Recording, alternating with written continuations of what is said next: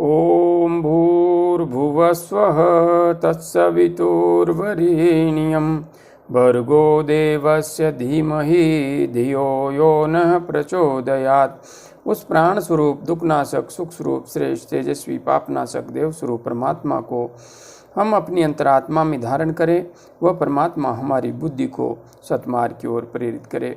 भाइयों बहनों, जय श्री राम, जय गुरुदेव, जय माँ आदिशक्ति। आप भाइयों बहनों की साधना से संबंधित जिज्ञासाओं का समाधान करते हुए मैं आज प्रथम जिज्ञासा सम्मिलित कर रहा हूँ। श्रीमान ललित मोहन वशिष्ठ जी ने अपनी जिज्ञासा प्रकट करते हुए और अपनी स्थिति को प्रकट करते हुए लिखा है, मैं 12 साल से ओमकार मंत्र का जप और ध्यान कर रहा हूँ। जब मैं ध्यान करता हूँ तो बीच में एक लंबी श्वास आती है और गला सूख जाता है। अब मुझे कान में झिंगुर की आवाज़ सुनाई देती है और मूलाधार से सहस्रार चक्र तक धूं धूं की आवाज़ सुनाई देती है। कृपया मार्गदर्शन कीजिए। श्रीमान ललित मोहन वशिष्ठ जी, आप 12 वर्ष से ओमकार का जप कर रहे हैं, नादमय घोष कर रहे हैं, तो स्पष्ट है उसी के परिणाम स्वरूप आपको ये सब एहसास हो रहे हैं। हाँ, आपको अब नाद का साक्षात्कार होने लगा है, नाद जागृत हो गया है और इसका अर्थ है कि सुषुम्ना मार्ग से आपका प्राण आज्ञा चक्र तक उठने लगा है। इसी के परिणाम स्वरूप आपको नाद की ध्वनि अब सुनाई दे रही है। आपने लिखा है कि बीच में एक लंबी श्वास आती है और गला सूख जाता है। यह इस बात का संकेत है कि आपका प्राण विशेष रूप से विशुद्धि चक्र पर दबाव डाल रहा है और ऊर्जा ऊपर विशुद्धि चक्र से ऊपर भी उठ रही है। हाँ, आप ओमकार मंत्र का जप तो कर रहे हैं, नादमय घोष तो कर रहे हैं और आपको 12 वर्ष हो गए हैं, किंतु आपको मेरा छोटा सा सुझाव है। ओमकार मंत्र के साथ ओमकार के नादमय घोष से पूर्व आप सुषुम्ना नाड़ी में प्राण का प्रवाह कैसे करें, उस वीडियो को देख करके उस विधि को अपनी साधना में सम्मिलित कर लीजिए। फिर आप सहजता से इस मार्ग पर आगे बढ़ पाएंगे और हाँ, तीव्र गति से आगे बढ़ पाएंगे। आगे श्रीमान राणा IS जी ने अपनी जिज्ञासा प्रकट करते हुए लिखा है, प्रणाम गुरुजी, प्रणाम राणा जी, प्रणाम। मैंने आपके सभी वीडियो देखे हैं और नाड़ी शोधन क्रिया कर ध्यान लगाने की कोशिश कर रहा हूँ, परंतु मेरी नासिका का एक सुर ही चलता है। सुषुम्ना को कैसे प्राप्त करें? मैं सुबह 4 से 5 के बीच में उठता हूँ और बिस्तर पर ध्यान के लिए बैठ जाता हूँ। क्या यह ठीक है या स्नान आदि करने के बाद बैठना चाहिए? और ओम सो अहम मंत्र है क्या ध्यान के लिए इसका जप किया जा सकता है या गायत्री मंत्र का ही जप करना चाहिए? मंत्र का क्या महत्व है? कृपया मार्गदर्शन करने की कृपा करें। जय माँ आदिशक्ति। राणा IAS जी, आपने यहाँ पर जो कुछ लिखा है उसके अनुसार आपका प्रश्न, प्रथम जो जिज्ञासा है कि नाड़ी शोधन क्रिया कर ध्यान लगाने की कोशिश आप कर रहे हैं, परंतु आपकी नासिका का एक ही स्वर चलता है। यह अपने आप में साधना के मार्ग में सबसे बड़ी बाधा है।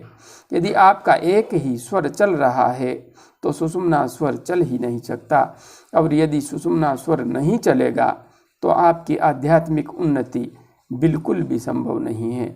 इसके लिए आप सर्वप्रथम तो अपने भोजन से खट्टी वस्तुओं का त्याग कीजिए। किसी भी प्रकार की खट्टी वस्तु को सम्मिलित आप नहीं करेंगे। और हाँ, जहाँ तक बात है अन्य वस्तुओं की, तो प्याज का सेवन, कच्चे प्याज का सेवन बिल्कुल नहीं करेंगे। और इस मौसम में मूली आ रही है, गाजर आ रही है, इनका सेवन भी कच्ची अवस्था में आप नहीं करेंगे। और दूसरी बात, धनिया, जो साबुत धनिया होता है दाने वाला, उसका प्रयोग भी आप बिल्कुल बंद कर दीजिए। सिर्फ पत्ती वाला धनिया आप काम में ले सकते हैं। और इसके साथ आप अपने खान पान पर विशेष ध्यान रखिए। आप किसी दिन कुछ खाते हैं और उस दिन आपकी नासिका अधिक बंद हो जाती है, तो आप ध्यान रखिए कि आज मैंने ऐसा क्या खाया था कि उसके परिणाम स्वरूप मेरे श्वास की गति अवरुद्ध हो रही है। क्योंकि इससे स्पष्ट दिखाई दे रहा है आप एलर्जिक पेशेंट हैं, आपको एलर्जी की समस्या है। इसलिए जो एलर्जी पेशेंट हैं, जो एलर्जी के मरीज हैं, उनके लिए कॉमन एक नियम है कि वे सुगंधित पदार्थों के सेवन से बिल्कुल ही दूर रहे। इस प्रकार से आपको किसी भी प्रकार के परफ्यूम, डिओड्रेंट आदि का भी इस्तेमाल बिल्कुल नहीं करना चाहिए। और हाँ, पतंजलि स्टोर से अणु तेल ले आइए और उसे अपनी नासिका में सुबह के समय डाल लीजिए, जिससे आपका स्वर खुलने में सहायता मिलेगी। और हाँ, स्वासारी नाम की पतंजलि स्टोर पर ही आपको गोली मिलेगी, टेबलेट आ रही है ये, या फिर स्वासारी नाम से ही एक क्वाथ आता है, उस क्वाथ को ले आइए, उबाल करके ठंडा करके आप यदि उसे पिएंगे तो आपको इस समस्या से बहुत जल्दी छुटकारा मिलेगा। या स्वासारी नाम की जो टेबलेट आ रही है, उसे भी 2-2 गोली आप सुबह शाम लेंगे तो आपको इस समस्या से निश्चित रूप से निजात मिलेगी। हाँ, भोजन में उन वस्तुओं पर स्पष्ट रूप से ध्यान दीजिए जो आपको एलर्जी उत्पन्न कर रही हैं। आप ध्यान देंगे तो आपको वास्तविक सच्चाई पकड़ में आ जाएगी। आगे आपने लिखा है, आप 4 से 5 बजे के बीच उठते हैं, अच्छी स्थिति है उठने की, और बिस्तर पर ध्यान के लिए बैठ जाता हूँ। बहुत गलत है ये। बिस्तर पर ध्यान के लिए आप बैठ जाते हैं, बिस्तर ध्यान का स्थान नहीं है। उस परमपिता परमात्मा की चेतना का आप आह्वान कर रहे हैं और बिस्तर पर ही आप ध्यान करने बैठ जाते हैं। बिल्कुल गलत कर रहे हैं आप उठिए। आपने आगे लिखा है, क्या यह ठीक है? बिल्कुल भी ठीक नहीं है, पूरी तरह से गलत है। या स्नान आदि करने के बाद बैठना चाहिए? बिल्कुल, स्नान आदि करने के बाद ही ध्यान करना चाहिए। हाँ, कोई मजबूरी हो, कोई बीमार हो, उस स्थिति में जब व्यक्ति कुछ कर ही नहीं सकता, तो जो कुछ नहीं कर सकता उसके लिए ठीक है वो बिस्तर पर बैठकर भी कर लेता है, तो कोई बात नहीं है। आपत्ति काल में नियमों का त्याग करने का हमारे ऋषि मुनियों ने भी आदेश दिया है। उन्होंने भी कहा है कि विपत्ति काल में नियम लागू नहीं होते हैं। उस स्थिति में आप नियमों से मुक्त हो जाते हैं, किंतु सामान्य अवस्था में आप नियमों का उल्लंघन नहीं कर सकते। और आपने लिखा है, ओम सो अहम मंत्र है क्या? बिल्कुल, सो अहम मंत्र है, उसके आगे आप ओम लगा रहे हैं, कोई समस्या नहीं है। इस प्रकार से भी आप कर सकते हैं। और आती जाती श्वास के साथ सो अहम का यदि आप जप करते हैं, ध्यान करते हैं, तो यह वास्तव में ही बहुत ही उच्च स्तरीय साधना है। और यह गायत्री मंत्र का ही रूप है, क्योंकि गे के मैंने प्राण, त्री मैंने जो त्राण करती है, जो प्राणों का त्राण करती है वह गायत्री है। और सो अहम, जब श्वास के साथ आप सो अहम को जोड़ करके इसका ध्यान के साथ जप करते हैं तो इस मंत्र से भी प्राणों का त्राण होता है, इसलिए यह भी गायत्री ही है। आगे आपने लिखा है, क्या ध्यान के लिए इसका जप किया जा सकता है? बिल्कुल किया जा सकता है, कोई संशय नहीं है। या गायत्री मंत्र का ही जप करना चाहिए। यदि आप गायत्री महामंत्र का जप करना चाहते हैं तो गायत्री महामंत्र का जप भी कीजिए और उसके साथ में सो अहम का करना चाहते हैं तो कर सकते हैं।